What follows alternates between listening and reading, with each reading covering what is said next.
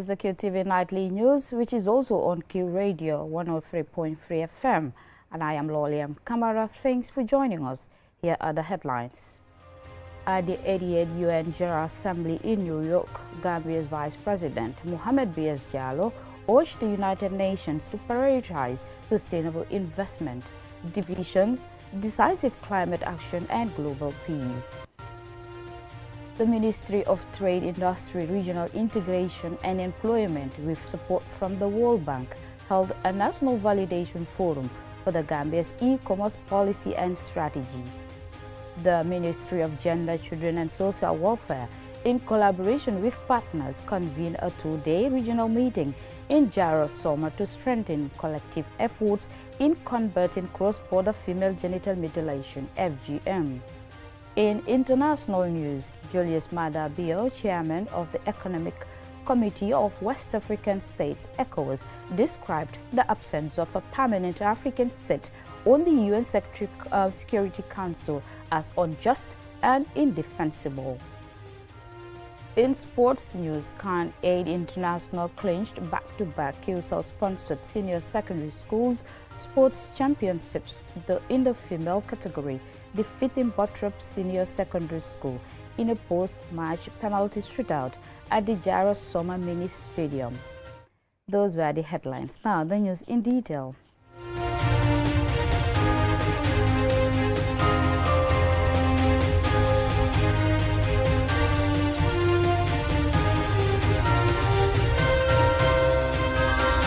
Thanks for joining us.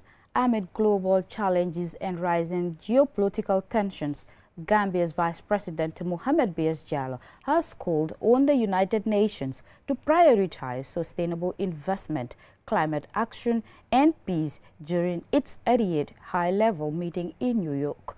Usman Jada reports from Beijing, China. Accompanied by a high-level delegation from the Gambia, Vice President Mohamed B.S. Jallow emphasized the fragility of global peace and security in the face of ongoing conflicts and violations of international humanitarian law. As we assemble and reflect on this important and timely theme for this 88th session, Better Together, 80 years and more for peace, development and human rights, we must admit that the daunting challenges we are facing today require us to deliberately invest in sustainable development, climate action, peace and security. We must equally continue to foster resilience and growth for the realization of inclusive development and shared prosperity for all. On the prolonged Israel-Gaza conflict, the Gambia reaffirmed its call for a two-state solution. The situation of Palestine continues to be about the core principles of justice, respect for international humanitarian law, and self-determination. The ongoing situation needs to stop.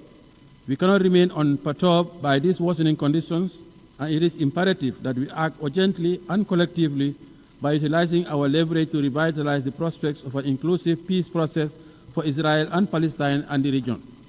In this context, we reaffirm our call for the two-state solution to urgently enable the Palestinian people to regain their legitimate national rights as recognized by the international community. The Vice President further advocated for stronger African representation at the United Nations.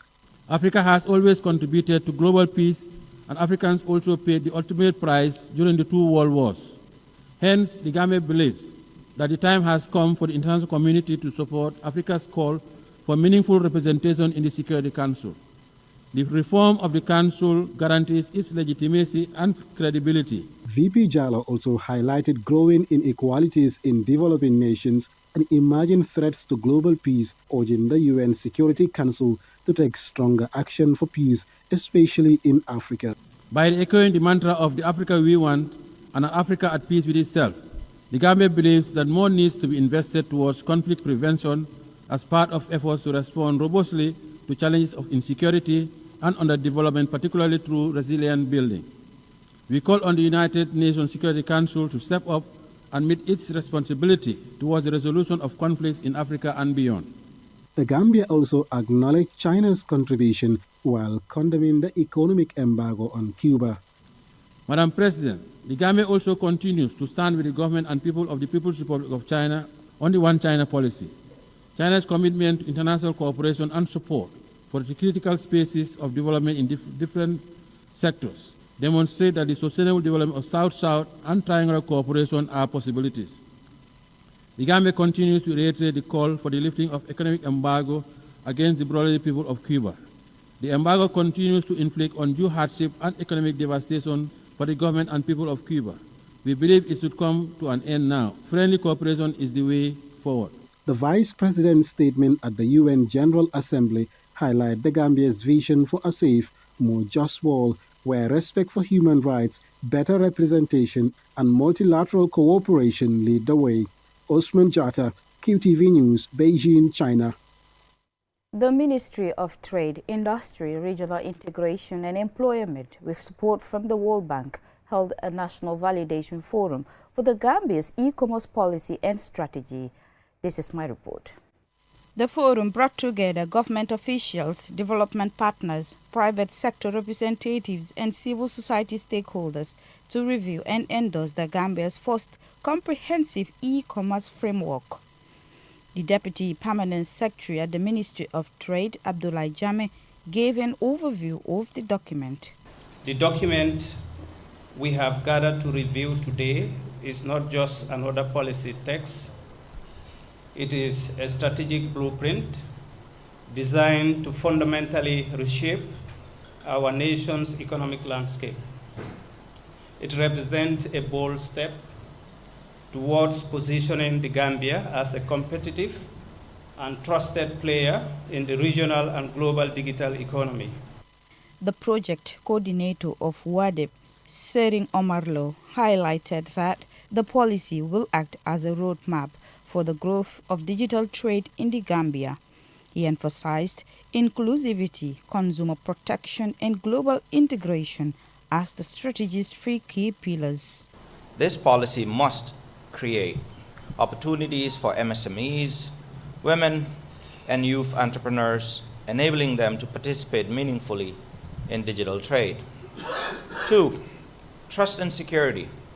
For the e-commerce to thrive, we must prioritize consumer protection, data privacy, and secure payment systems. And 3, regional and global integration. By aligning with international best practices, the Gambia can leverage digital trade not only within ECOWAS, but also globally. Mr. Lowe further commended the technical support of DT Associates and the continuous backing of the World Bank, noting that validation was only the beginning, but what truly matters is effective implementation, which will translate this policy into jobs, investments, and sustainable growth, he added. Maud K. Seka, Permanent Secretary at the Ministry of Trade, described the validation as a significant milestone in advancing the Gambia's digital economy agenda. He emphasized that digital trade is transforming economies across Africa and beyond by reducing barriers, expanding opportunities for entrepreneurs, and improving service delivery for citizens.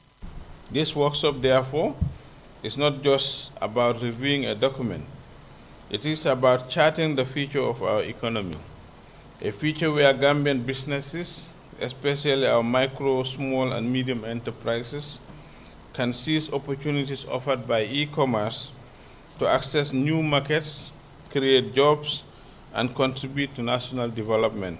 Officials noted that with the adoption of this policy, the Gambia stands to unlock new opportunities for trade, innovation, and inclusive growth, positioning the country as a dynamic player in the global digital economy.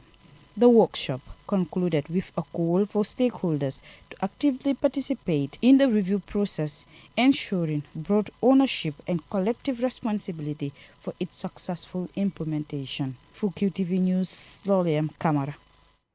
The Ministry of Gender, Children and Social Welfare and partners convened a 2-day regional meeting in Jara Soma, Lower River region, bringing together key regional stakeholders to strengthen joint efforts in combating cross-border female genital mutilation. Our regional correspondent, Bakari Balde, attended the closing ceremony on Friday and filed this report. The convergence provided a platform for dialogue, collaboration, and renewed commitment to ending the harmful practice across borders. It brought together key stakeholders, including women leaders, lady councillors, as well as cultural and religious figures from the Gambia, Senegal, and Guinea-Bissau to deliberate on critical issues affecting women and children across the sub-region. Topics such as human rights, gender-based violence, and ongoing efforts to eliminate female genital mutilation (FGM) were central to the discussions.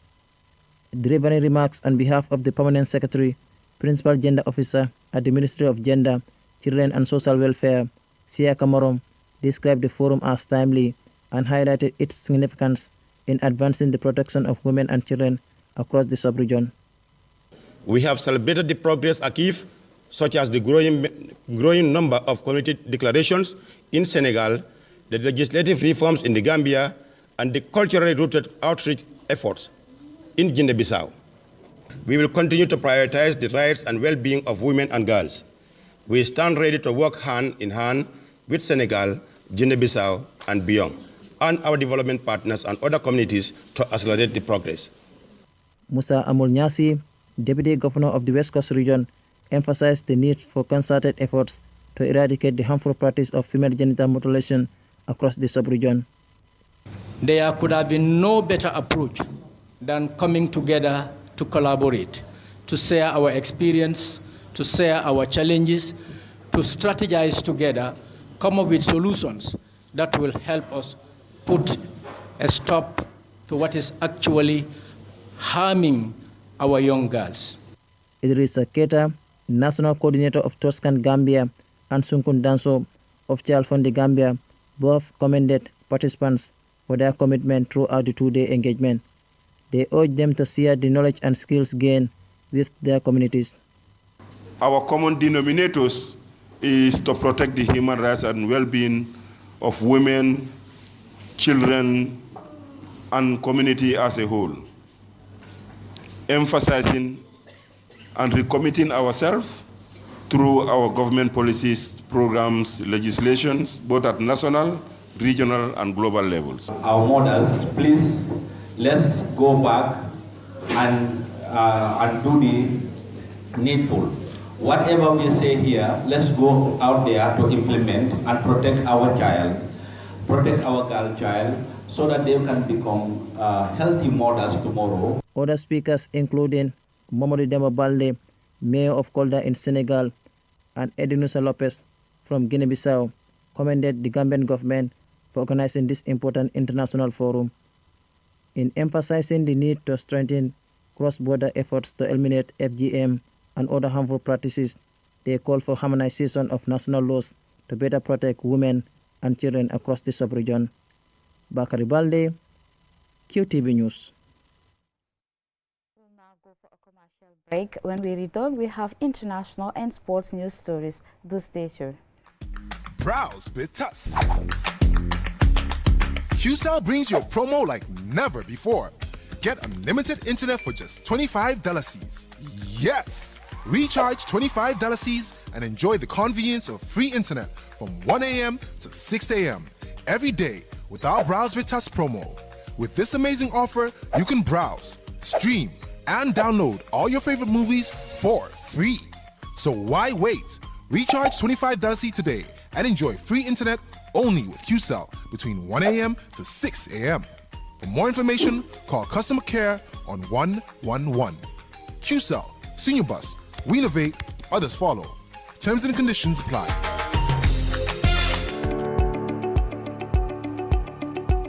At Active Bank, we are more than banking. We build bridges that connect you to pivotal services every day. Do you have government bills to pay to the Gambia Revenue Authority, Comfort, KMC, or the Accountant General's Department? We've got you covered. From payment of customs and domestic taxes to GRA, payment of number plate and vehicle ownership transfer to Comfort, payment of property rates and business license fee to KMC, and payment of MR passport, business registration, fishing license, land fees, sale of assets, lease application, development permits, quarrying royalties, gravel and sand, mining royalties, and a host of other revenue lines to the Accountant General's Department. Walk into any of our branches nationwide and make your payments hassle-free. either in person or online. Simple, secure, and immediate. With Ajib Bank, there is no need to worry about government bill payments for your vehicles, taxes, licenses, business registration, and any other revenue line. Ajib Bank, passionate about your investment. We've got you covered. Ajib Bank, your investment partner.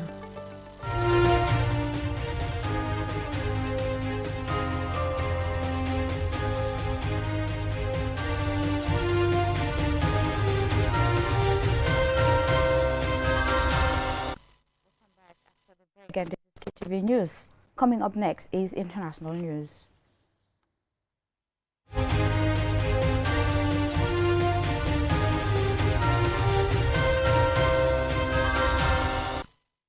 Julius Madabio, chairman of the Economic Community of West African States, ECOWAS, has called the lack of a permanent African seat on the UN Security Council unjust and indefensible. He made the remarks on the sidelines of the 80th United Nations General Assembly in New York. Usman Jata reports from Beijing again. Amid the ongoing Israel-Gaza conflict dominating discussions at the 80th session of the United Nations high-level meetings in New York, ECOWAS chairman President Julius Madabio seized the opportunity to speak on behalf of Africa. Africa is not a problem to be solved. Africa is a partner to be empowered. The Security Council, one of the UN's 6 main organs, is responsible for maintaining international peace and security through its resolutions and decisions. Its 5 permanent members, China, France, Russia, the United Kingdom, and the United States, hold veto power over any resolution. Despite being the largest region represented at the UN, Africa still lacks a permanent seat at the Council. President Bio emphasized that the absence of an African permanent representative at the UN Security Council is profoundly unjust. Africa, home to 1.4 billion people and the largest regional bloc in the United Nations, still has no permanent seat. This is unjust and untenable. It undermines the credibility of the Council and the legitimacy of its decisions. The common African position expressed in the Eswatini Consensus and SAT Declaration calls for at least 2 permanent seats for Africa with full rights and prerogatives, including the veto, if retained, and 2 additional non-permanent seats. The absence of a permanent African seat limits the continent's influence over decisions that directly affects its interests. President Bio's message is clear. As the UN marks its 80th anniversary, it must evolve to reflect the voices of all nations, including Africa. Let us not pass on to the next generation a Security Council reform that fails to reflect the world as it is today. Madam President, the United Nations at 80 must look forward. Let this anniversary be a turning point, measured not in the many speeches we make here, but service, not in declarations, but in delivery. Let us build a United Nations more representative, more responsive, and more resilient. As the UN marks its 80th anniversary, calls for a more inclusive and representative organization are growing, with Africa insisting its rightful place at the table. Osman Jata, QTV News, Beijing, China. Also in international news, the 6th legislature of the ECOWAS Parliament is convening its second extraordinary session of 2025 in Port Harcourt, Nigeria, with a focus on exploring the vast opportunities that artificial intelligence offers in boosting parliamentary efficiency across the sub-region. Alice reports. Under the theme Harnessing Artificial Intelligence for Parliamentary Efficiency, Ethical Governance and Development, lawmakers of the ECOWAS Parliament deliberated on how AI can transform legislative processes and create a digitally inclusive and empowered region. Speaker of the ECOWAS Parliament, Muminatu Ibrahima, described artificial intelligence as a global competitive tool, urging members to develop frameworks that ensure responsible and beneficial use within governance. Jibril Barau is the Nigerian Deputy Senate President and first Deputy Speaker of the ECOWAS Parliament. It is worth noting that Nigeria's pivotal role in the life of ECOWAS cannot be overstated. Since the founding of our community, Nigeria has consistently provided leadership, resources, and solidarity to advance the noble ideals of integration and prosperity for our region. Today, I reaffirm Nigeria's unshakable commitment to the work of the ECOWAS Parliament and assure of our continuous support in fulfilling its mandate. Other speakers stressed the importance of taking advantage of the advent of the tool in parliamentary systems, highlighting the security and economic implications. Here are Professor Ngozi Odu, Deputy Governor, Rivers State, and Martins Amewuli, Speaker, Rivers State Assembly. The theme of this seminar, Harnessing Artificial Intelligence for Parliamentary Efficiency, could not be more urgent. As lawmakers, the democratic institutions tackle with the exponential advancement of AI technologies, we face what I term the governance paradox of acceleration. How do we create regulatory frameworks for technologies that evolve faster than our legislative processes? How do we ensure that artificial intelligence serves democratic governance rather than supplanting? These are some of the questions I believe that we'll find solutions to at these discussions today. We believe that the legislature remains the foundation of our democracy. The legislature is key to any democracy anywhere in the world. For us in this country, we cannot overemphasize the importance of the legislature. Members are expected to emerge from this session with concrete solutions for a more efficient community parliament for the betterment of the people of the sub-region. The session is also dedicated to the consideration and adoption of the Parliament's budget for 2026. Also included on the agenda is a midterm review of the implementation status of the Community Parliament's budget for 2025. Reporting for QTV News, I am Aliou Cisse. Up next is sports news.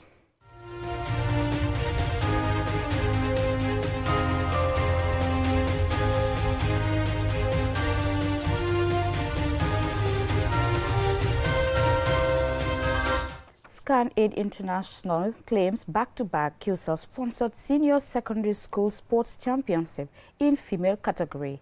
They defeated Bottrop Senior Secondary School in a post-match penalty shootout at Jara Summer Mini Stadium in the Lower River region. A regional correspondent, Bakari Balde, covered the game and filed this report. It was the battle of the Titans as both teams showcased their dominance.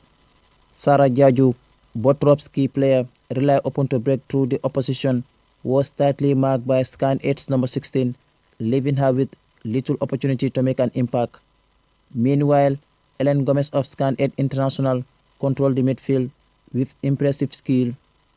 Bottrop's coach, Fakeba Sen, gave instructions from the touchline and made a few tactical changes, but Scan 8 remained focused.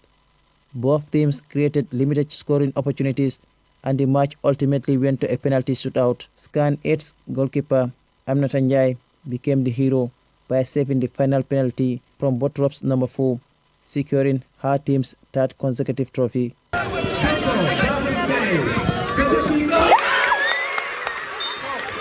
Fakeba Sen, head coach of the losing side, Bottrop Senior Secondary School, had this to say. Football is all about luck, because when you watch the game, we played very good football and we play most of our game on their half. It's just that we could not get the goal, so they are lucky to win it in the final, in the penalty shootout. The reason why they are nervous is because of they won this trophy 3 times in a row. So Scan also, this is going to be their 3 times in a row, meaning they break their records. So it's something that they feel, and I believe this is a learning point for them. When they go back, they will work hard so that they can come back strong next year to claim what they are known for. Amadou Bibi Jata, head coach of the winning side, Scan 8 International Upper and Senior Secondary School, shared his thoughts on the match. It's really feel good defeating them for the fact that they are one of the best teams in this competition. They are the ones that we dethroned, and now we concede 3 years in a row, defeating them. Well, it's a great feeling for myself here, for myself and the girls here. Sarah Jaju is one of the best players in the country. Looking at her performance both in the National League, in the CAF club championship with her club Berewuleng. Knowing that she's one of the best players, containing her was the game plan of the day. We knew very well when we are able to contain her, Botra will not be able to score. And we knew very well that with the caliber of penalty takers we have, when we are able to take the game to the penalty shootout, we can have something from that. And we want to say a big thank you to QCell for coming up to sponsor such a grassroots tournament. It's really a fantastic thing. For the past years, we see how we struggle, and this year things are different. Looking at the finalists, how they are dressed, it is. If it is left to that alone, it's okay. Bottrop Senior Secondary School, once consecutive champions of this tournament, felt deeply disappointed after losing 3 finals to Scan 8 International. They received silver medals as runners-up, whilst victorious Scan 8 International Upper and Senior Secondary School were awarded gold medals along with a giant trophy. Bakari Balde, QTV News. Before we end, let's recap our headlines. At the 88th UN General Assembly in New York, Gambia's Vice President Mohamed B.S. Jallow urged the United Nations to prioritize sustainable investment, decisive climate action, and global peace. The Ministry of Trade, Industry, Regional Integration and Employment, with support from the World Bank, held a national validation forum for the Gambia's e-commerce policy and strategy. The Ministry of Gender, Children and Social Welfare, in collaboration with partners, convened a 2-day regional meeting in Jarosoma to strengthen collective efforts in combating cross-border female genital mutilation. In international news, Julius Maada Bio, chairman of the Economic Committee of West African States, ECOWAS, described the absence of a permanent African seat on the UN Security Council as unjust and indefensible. In sports news, Scan 8 International clinched back-to-back QCell-sponsored senior secondary schools sports championships in the female category, defeating Bottrop Senior Secondary School in a post-match penalty shootout at the Jarosoma Mini Stadium. That's all for this news bulletin. Do join us tomorrow at 10 p.m. for another bulletin. Thanks for watching.